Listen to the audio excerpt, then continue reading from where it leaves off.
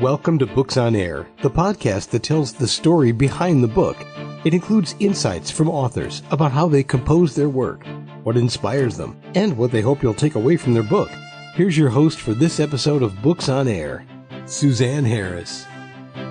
Welcome to the Books on Air podcast. I'm Sloan Fremont, and this is the podcast where listeners get the secret story behind every book. Joining me today is Sonja Wilson Watterson, author of the book, Have You Ever Seen a Rainbow Dance? A poetry and song book. After a life-changing experience, Sonja was given enlightenment in many gifts, and one of those gifts was the gift of writing. So Sonja, I want to welcome you to the Books on Air podcast. Hello, everyone. So let's start out by telling the audience just a little bit about yourself and what that life-changing experience was that led you to write your book. Well, when I was a little girl, I was into religion. I used to be a Jehovah's Witness, and I soon left that when I was 16. And then when I was 23, I got my calling because I went through both ends of a rainbow.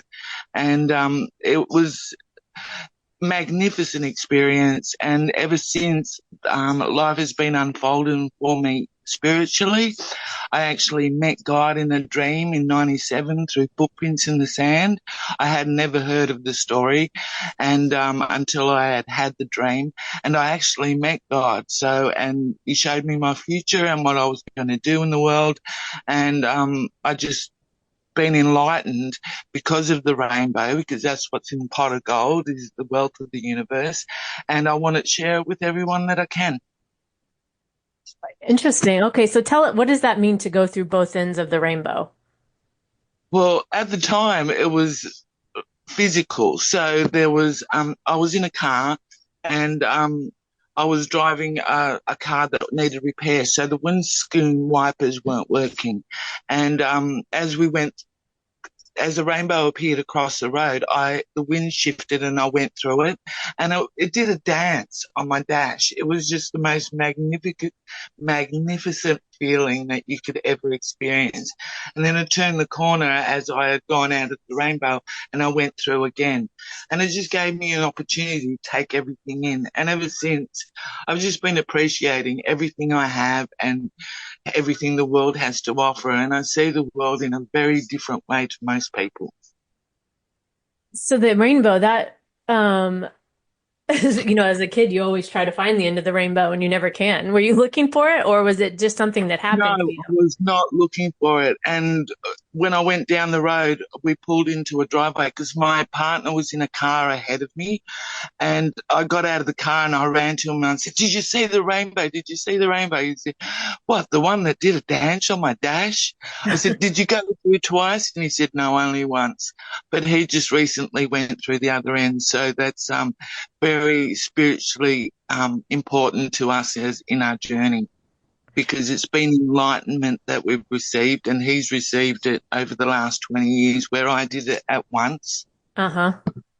And so tell the listeners, if somebody's not familiar maybe with enlightenment, can you explain that for us?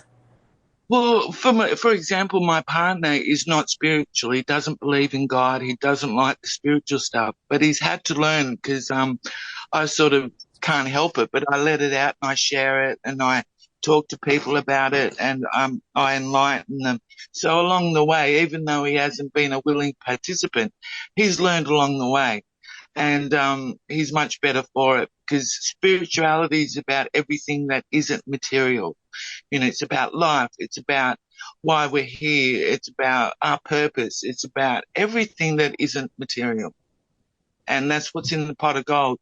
And the pot of gold, what applies to one applies to all. So the fact that I've been enlightened is everyone's destiny and everyone's journey. And for example, we're supposed to live forever, but that seems like an unachievable goal. In actual fact, it isn't. It's inevitable because of evolution. And so tell us how this experience for you maybe transpired over the years and how it led you to write your book. Well, it's always been there for me. I went through a lot of mental health issues, and God and the knowledge that was unfolding for me really helped me get through everything that I have been through. And For example, I suffer from manic bipolar, and I had 13 nervous breakdowns, and each time the enlightenment was the one thing that carried me through, and I was able to appreciate, even at the worst of times, everything that I did have and everything that I was receiving. So I've learned to appreciate the negatives and the positives and see both of them and see a world that I didn't see when I was younger. I know what it's like to feel like, does God exist? Does this? And all the questions. And because I asked so many questions, I got all the answers that I wanted, and I still do. And that's accessible to everyone. All you have to do is ask, and you shall receive. And so tell us how this translated to your book. Well, for the last, at least 25 years, I've been trying to write the book, but I didn't know how I was going to do it, the lineup, where do I start? Because the view is pretty wide that I have. And at the moment, I actually wrote the book in COVID in a month's period, even though it took me 25 years to get there. Mm-hmm. But I've understood the meaning of life, which is basically, us learning lesson after lesson, and eventually that coming to a conclusion. And that's what all the Bible stuff is all about. And I'm taking the Bible and just put it into logical sense and made it accessible to everyone and universal. So it basically made sense of life and the world. Mm-hmm. And so those lessons that we go through, or that maybe feel like they're repeated over and over and over again. Can you expand on that a little bit more, and what your experience has been, what you've learned, and maybe how you talk to others about that? Well, the main thing that I've learned is that we are a computer, and what we punch into our computer is exactly what we get. And in the depths of depression, and I've seen the worst of depression, the only way out is through positive steps, one step at a time. And the only one that can do it is you. The only one that can save your soul is yourself. You got to punch into your computer what you want. There were so many times that I had my head in my hands and affirming, I can't take this. Mm-hmm. My computer listens to everything that I say, so I couldn't handle it at the time. But the affirmations that I was putting out there were the wrong ones. And it's important to know what we think and what we believe really does matter, no matter who you are. It's important. It's important to what our life and our destiny is and what our future is. Because we've got to be positive in our language, and that's called the universal language of love. To be able to speak in a positive manner about everything, not just about chosen few things. Yes, and that can be difficult, can it? Especially. So what I've learned basically is positivity is the utmost important. Depression is a collection of negativity, and we've got to disperse that. And each and every person is suffering at the moment PTSD. You look at LA, it's burning. I mean, there's so many traumas around. Each and every one of us are traumatized, and we have to care about each other, and we have to help each other, and we have to do our best to not think of ourselves and think of others. And that actually helps you. Whenever I was in psych, I was helping other people and I was thriving. I actually enjoyed it. So I'm able to turn the negatives into positives, and all negatives, no matter how negative they are, have positives in them. You just got to find them. And sometimes it's hard to find.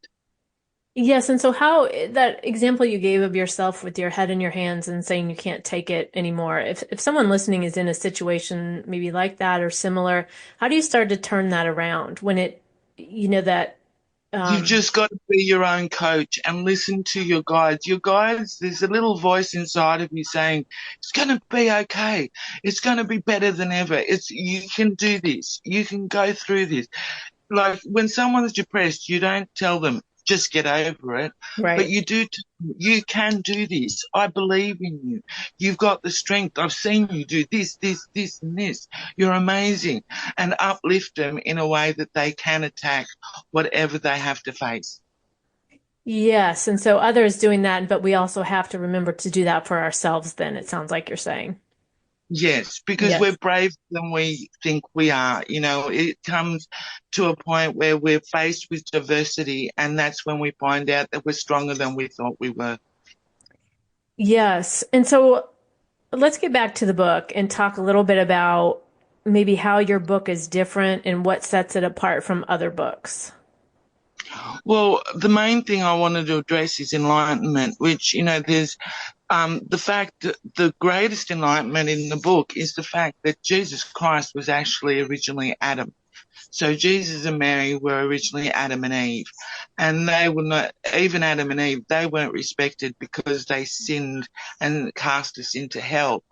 But the fact is that this is a step that we had to take in order to create a perfect world. So, we should be celebrating them, not looking at the negative, but looking at the positive that they left behind and worshipping them, not just Jesus, but Jesus and Mary, Adam and Eve, and God.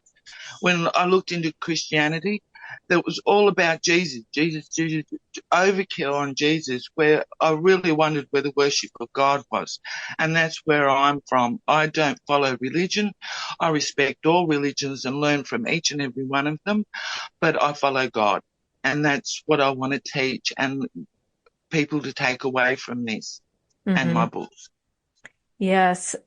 And so you said it took you, you had 25 plus years of experience in it to go through to spend 1 month writing the book. Yes. When you went through the writing process, it sounds like it was very easy. It must have all just came right out of you, it seems like, with It flowed out. I was so surprised because I've been battling with, I began it about 20 times, but it just didn't flow. And when it flowed, I knew it was time. So, once I had written the meaning of life, which is the title of the book, I then put all my work together, with my songs and poems and realized that it was telling a story as well. And, because I want to prove that God does exist and I'm using my life to do so because, Footprints in the Sand is also a point in my life where I had lost my faith because I had gone crazy. I blamed God and I was very, very angry. And he came back to me in a dream and showed me everything that I needed to know, my present, my past, and my future. And it's not something that I can mimic or imitate or dismiss. It was just so amazing that ever since my faith has been humongous. And again, I stand on my own. I don't stand with religion. You don't have to stand with religion for God to hear you. In actual fact, it's hard for God to hear you when you're in your congregation. Mm-hmm. Mm-hmm. And so who would you say your book would appeal to and why? Well, everyone wants to know, why we're here. And I've put snippets of that throughout my, poems and things like that. My book, which is coming out very soon, The Meaning of Life, Life Has Meaning, really addresses it in a better form.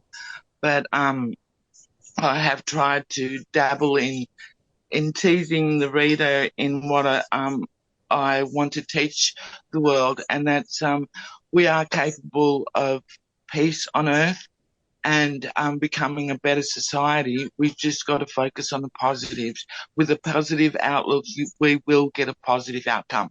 Mm-hmm. Yeah, and I think that peace starts within, right? With what you're saying. Everything you need is found within. Like, for example, I have that little bit of something inside of me that's been missing that isn't missing anymore.